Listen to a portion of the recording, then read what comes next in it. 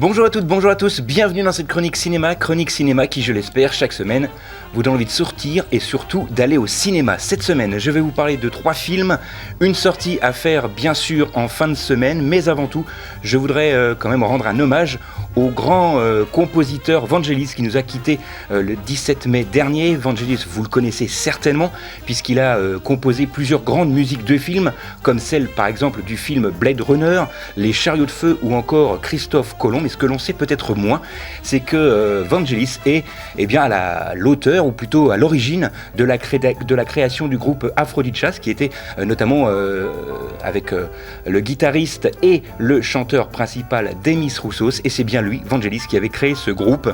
Alors si vous voulez en savoir plus donc sur Vangelis, je vous demande d'aller sur la page YouTube de Angel Art et Marie Lyon. Ce sont 2 amis à moi qui ont créé leur chaîne YouTube. Ils parlent beaucoup de musique et ils ont créé un épisode spécial sur Vangelis, qui, je vous le rappelle, nous a quittés le 17 mai dernier. Voilà pour cette petite parenthèse.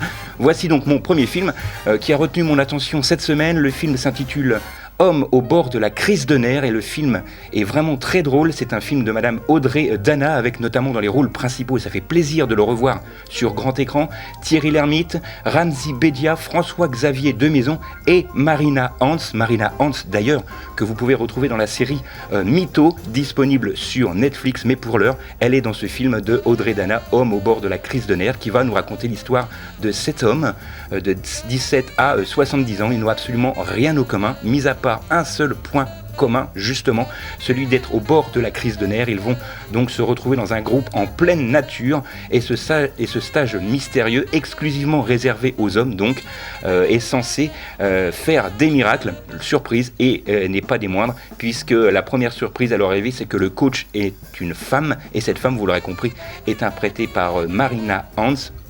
C'est vraiment un film très drôle, avec des dialogues qui font mouche à chaque fois.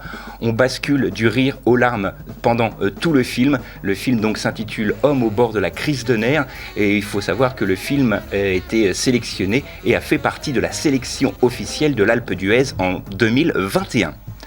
Deuxième sélection pour moi cette semaine, toujours un film français avec Don Juan réalisé par Serge Boson, avec notamment Virginie Efira, l'excellent Tara Rahim ou encore Alain Chamfort. Et ce film se passe à notre époque, donc en 2022, où Don Juan n'est plus un homme qui séduit toutes les femmes, mais plutôt un homme obsédé par une seule femme, celle qui l'a quitté. Et cette femme, vous l'aurez compris également, est interprétée ici par Virginie Efira. Encore un très grand film et un très grand rôle pour Virginie Efira et Tara Rahim, qui se rencontrent pour la première fois dans ce film Don Juan. Il sort cette semaine avec un petit peu de retard peut-être, puisque avec le Festival de Cannes, vous le savez, les films sont toujours un petit peu décalés. Et pourquoi je ne vous parle pas forcément du Festival de Cannes? C'est un peu la question qu'on m'a posée sur les réseaux sociaux. Eh bien, vous savez, pour moi, le Festival de Cannes, c'est un petit peu comme les départementales avec Jean-Yann.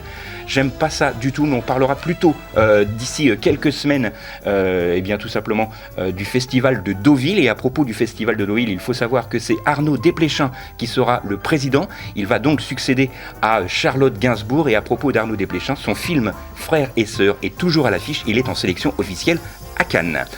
Autre sélection pour moi, et ce sera la dernière, et forcément après 35 ans d'attente, on est vraiment impatient de voir ce que ça donne. C'est Top Gun Maverick, avec notamment dans le rôle principal, bien sûr, Tom Cruise, Miles Taylor, Jennifer Connelly. Alors là, on va pas vous raconter l'histoire, puisque certainement vous l'avez vu partout sur les réseaux sociaux et à la télévision. Malheureusement, le film n'a pas encore été présenté à la presse à l'heure où je vous parle, mais on m'a laissé quand même les 10 premières minutes de visionnage, et ça m'a l'air vraiment excellent. Et il faut savoir que le film d'ailleurs a été déjà reculé d'une année, parce que Tom Cruise voulait absolument apprendre à diriger un avion de combat, et donc il a pris des cours et des heures de pilotage pour pouvoir faire les cascades en avion lui-même.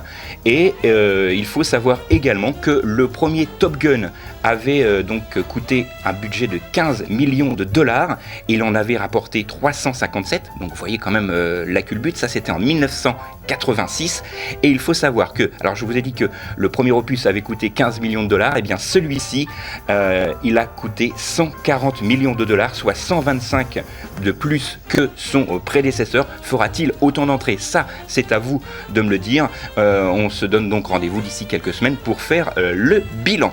Voilà, ce sont mes 3 seules sélections pour cette semaine. On va donc quand même vous donner un petit aperçu de ce qui va se dérouler à Reims ce week-end, donc pour le week-end du 28 et 29 mai prochain. Donc ce week-end, Reims retrouve enfin, j'ai envie de dire, le temps d'un week-end, l'effervescence des 33 sacres royaux qu'a connu la ville de Reims. Alors ce sont bien sûr les fêtes joanniques avec autour de la cathédrale tout d'abord, puisque maintenant les fêtes joanniques vont se dérouler sur 3 endroits différents, et donc je vous le disais notamment autour de la cathédrale avec l'échoppe des artisans. Alors il y aura des ateliers d'artistes, de la musique médiévale, des spectacles de rue, etc., etc. Également un autre endroit au pied de la basilique, là un marché médiéval, une ferme pédagogique, un spectacle de fauconnerie, bref plein de choses. Et le 3e endroit aura lieu en une seule journée. Ça sera sur la Voie des Sacres le samedi 28 mai à 21h. C'est une grande parade historique et festive, bien évidemment. Elle serpentera donc les rues de Reims entre la basilique et la cathédrale avec un cortège de personnages allégoriques et bien sûr le sacre de Charles VII, puisqu'il a été également sacré à Reims. Ce sont donc les fêtes joanniques qui se dérouleront ce week-end 28 et 29 mai. Si vous voulez tout simplement avoir plus d'informations, rendez-vous sur le site de la ville de Reims. Voilà, c'est tout pour cette semaine. Je vais quand même vous rappeler les films qui ont retenu mon attention cette semaine. L'excellent film d'Audrey Dana, Homme au bord de la crise de nerfs, avec, je vous le rappelle, Thierry Lhermitte, Ramzy Bedia, François-Xavier Demaison et Marina Hans. Il y a eu également Don Juan avec Virginie Efira et Tara Rahim. Et enfin, le film que tout le monde attendait 35 ans après, Top Gun Maverick. Voilà, on se retrouve nous la semaine prochaine, même endroit, même heure. D'ici là, sortez, allez au ciné et n'oubliez pas qu'un bon film, ça se voit surtout au cinéma.